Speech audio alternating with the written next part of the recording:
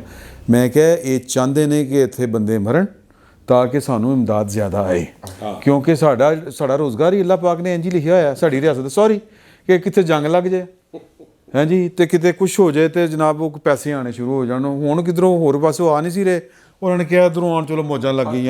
دیکھیں کہ کووڈ میں پاکستان نسبتاً محفوظ رہا. اللہ کا شکر ہے.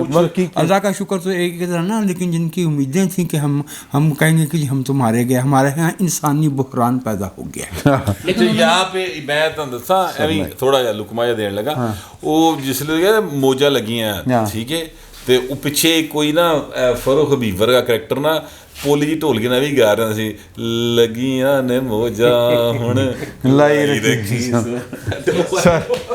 لیکن وہ حکومت نے جو فنڈز کھانے کے حوالے سے اور چندہ جمع کرنے کے حوالے سے تو کوئی کسر نہیں چھوڑی، اور اس کا پھر جس طرح سے استعمال ہوا، اس کو اگر بے دریغ استعمال کیا جائے یا شاید وہ کوئی ایسی جگہ پہ استعمال ہوا ہے جو ہم چونکہ روحانیت کی اس منزل تک نہیں پہنچے کہ ہمیں نظر آ سکے، وہ شاید کوئی خلائی لیول پر وہ استعمال ہو گیا ہے. اور اس میں سپریم کورٹ میں کیس میں یہ بات بھی ڈسکس ہوئی تھی کہ پر پیشنٹ جو خرچے کی بات ہو رہی تھی وہ لاکھوں روپے میں ایک پیشنٹ پہ خرچ تھا، جس پہ سپریم کورٹ نے پوچھا تھا کہ وہاں ڈسپرین دی جاتی ہے اور ایک بیڈ بچھایا ہوا ہے، تو یہ پیسے کہاں خرچ ہو گئے. سڑیاں روٹیاں جاندیاں سی ہوتے، وہ جو لوگ وہاں سے رہ کے آئے ہیں وہ انہوں نے پوری کی پوری پھر کہانیاں بتائی ہوئی ہیں کہ کیا کیا ہوتا ہے. اس کا وہ آج تک نہ جواب آیا ہے نہ اس کا. مسعود صاحب کے پروگرام میں انہوں نے کہا کہ 1200 ارب روپے کی کرپشن ہوئی ہے اس یہ جو ہے سلسلہ. یار وہ دیکھو نا اوتھے نا پھر ٹوٹل جو پیکج تھا وہ 1140 ارب روپے کا تھا، اس میں 1200 ارب کی کیسے. یہ شاید وہ ڈاکٹر شاہد مسعود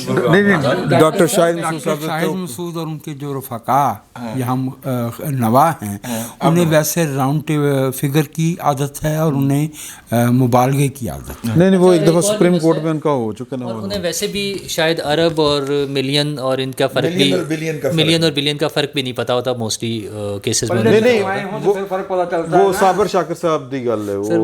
اس قبیل کے تمام لوگوں کا ایک ہی حال ہے، وہ ایک ہی اس پہ فرقے کے ماننے والے، ایک ہی فرقے کے ماننے والے ہیں سب. انہاں دا حساب دا ٹیچر ایک کوئی پیارے بھائی جو ہیں صابر شاکر وہ تو ایک ستارہ ہے نا. ٹھیک ہے نا. اچھا میں ستارہ ہیں بلکہ. ہاں اچھا سر میں نے سر آپ پھر امریکہ کی گل آ جائے گی. آپ یہ بتائیں کہ ان حالات میں یہ جو آڈٹ رپورٹ آئی ہے اور اس شہرت کے ساتھ خدا نہ خواستہ پاکستان میں کوئی اور آفت آ جاتی ہے اس طرح کی، تو پلے تو ساڑھے کچھ نہیں، تو آپ کو لگتا ہے کہ ہمیں مطلب لوگ مہربانی اسی طرح ہی کریں گے جس طرح پہلے کی کرونا کے دنوں میں کچھ عطیے شتیے خیرات خرود دے دیں گے ہم کو؟ دیکھیں میرا تو نہیں خیال کہ ایسا ہوگا. سب سے پہلی بات تو جیسے آپ ابھی کہہ رہے تھے کہ اتنے ملین ہیں جن کی رسیدیں ہی نہیں ہیں. میں آپ کو ایک واقعہ، آپ جب یہ بات کر رہے تھے تو مجھے ایک واقعہ یاد آ رہا تھا. جب ہمارے یہاں زلزلہ آیا تھا، میرے ایک دوست فیڈرل بیوروکریسی میں تھے، انہوں نے، اور وہ اس پروکیورمنٹ جو ہو رہی تھی اس میں انوالو تھے، انہوں نے کہا کہ یہ سارے لوگ جو اس سارے پروسیس میں انوالو ہیں وہ کہتے ہیں کہ یار ہمیں تو اوجڑی کیمپ کے بعد اللہ نے ایسا موقع دیا، تو پھر زلزلے کے بعد تو اب پھر 15-16 سال گزر گئے ہیں. ہاں جی. تو اب آپ یہ حساب لگا لیں کہ اوجڑی کیمپ کو ڈیل کرنے والے کون تھے، زلزلے کو ڈیل کرنے والے کون تھے، اور کووڈ کو ڈیل کرنے والے کون تھے. تو ان کو تو میرے بھائی رسیدیں دینے کی عادت ہی نہیں ہے، ان کا تو قصور نہیں ہے. وہ اس زلزلے میں اغوا ہونے والی بچیاں حفصہ مدرسے سے جولائی 2007 میں برآمد ہوئی. لیکن اس میں ایک بات جو ہے اس میں سر بہت بڑا غبن سی ہوگی، بہت بڑا غبن تھا. لیکن وہ شہر بنا تھا بکریال، لیکن بھائی جان وہ ایبٹ آباد کے پاس بھی شہر کو بننا تھا، وہی بکریال.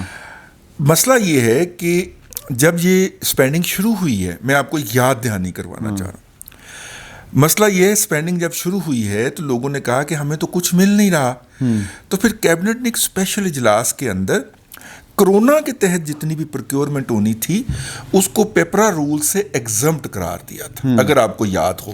ٹھیک ہے، پیپرا رول سے ایگزمپٹ قرار دے کے اصل لوٹ مار اس کے بعد ہوئی ہے. اور جہاں تک مجھے یاد پڑتا ہے اس وقت تک جنرل افضل صاحب روانہ ہو چکے ہوئے تھے NCOC سے نا, وہ جو تھا, وہ جو اس کے اندر انی پڑی, جسے نا انی پہ گئی, وہ ہمارے دوست ہیں ستار خان صاحب, بہت بڑے انویسٹیگیٹو جرنلسٹ ہیں, بلکہ شاید پاکستان کے ابتدائی انویسٹیگیٹو جرنلسٹوں میں ان کا شمار ہوتا ہے.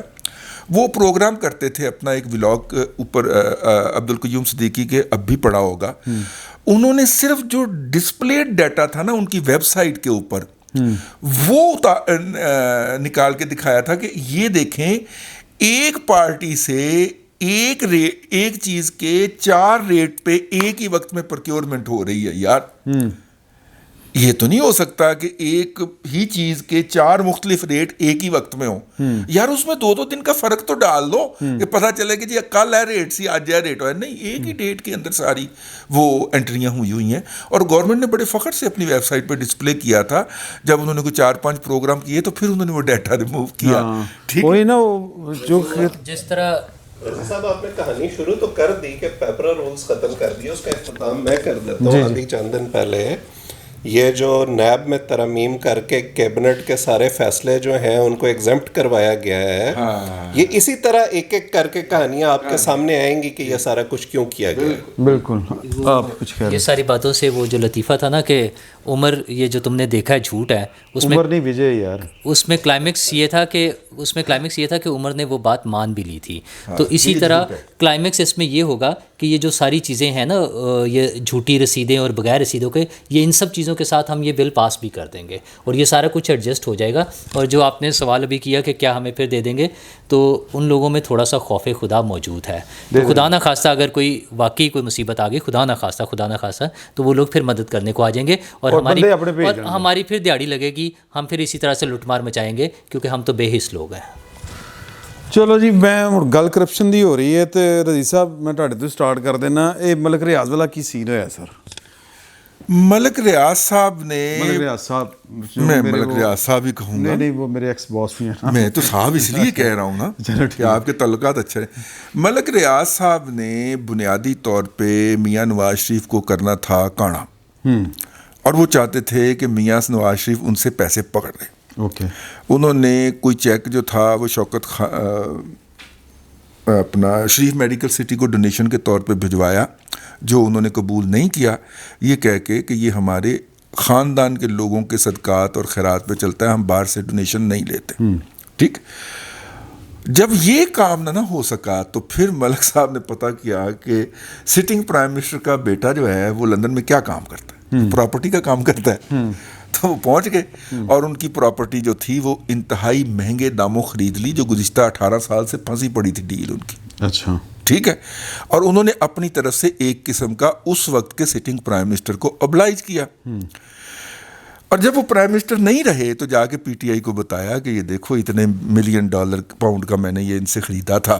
ٹھیک ہے, تو پی ٹی آئی کے وہاں پہ بیٹھے ہوئے نا یوتھیا مجہول القوم الجاہلی العقل المحدود لمیٹڈ ایڈیشن, انہوں نے NCA جو ہے نیشنل کرائم ایجنسی, اس کو ای میل ڈال دی کہ یہ ہم آپ کو خفیہ انفارمیشن دے رہے ہیں کہ یہ انہوں نے جناب اتنے کا بیچا ہے. ٹھیک, تو ان سے سورس پتہ کیا جائے ان کے پاس اتنے پیسے آئے کیسے. انہوں نے میاں نواز شریف اور ان کے صاحبزادے نے NCA کے سامنے حاضری دی اور اپنی رسیدیں پیش کر دی. بینک اپنا جنہوں نے فنانس کیا تھا اس کو ساتھ میں گواہی کے طور پہ پیش کر دیا. ٹیکس بھی ادا تھا, آڈیٹڈ. انہوں نے کہا آپ تو کلیئر ہیں, لیکن جس نے آپ سے خریدا تھا نا وہ ادھر آ جائے. تو ملک ریاض صاحب کی جو ٹرانزیکشن تھی اس جائیداد کو خریدنے کے لیے دبئی سے لندن تک تو اس کا ٹریل موجود تھا. دبئی میں وہ پیسے کہاں سے آئے یہ وہ ثابت نہیں کر سکے. وہاں پہ انہوں نے آئمہ شائع کیا. انہوں نے کہا پائن یہ تو ہلکے سے الفاظ کے اندر بھی منی لانڈرنگ ہے جو آپ نے کی ہے. ٹھیک ہے, یہ بنیادی طور پہ میرے ذرائع کا یہ کہنا ہے کہ یہ جو اسلام آباد کے اندر ایک DHA ویلی پروجیکٹ تھا نا جو آج بھی پھنسا ہوا ہے, یہ اس کا پیسہ تھا. ٹھیک ہے, تو اب جب وہ وہاں پہ پہنچ گیا تو اب ملک ریاض صاحب کو کسی عقل مند نے مشورہ دیا کہ آپ NCA کے ساتھ کر لیں ڈیل. وہ عقل مند اتنا بڑے سمجھ گیا نا, وہ کر لیں ڈیل.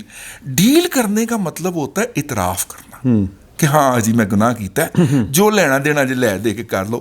یہی آفر جو تھی یہ شہباز شریف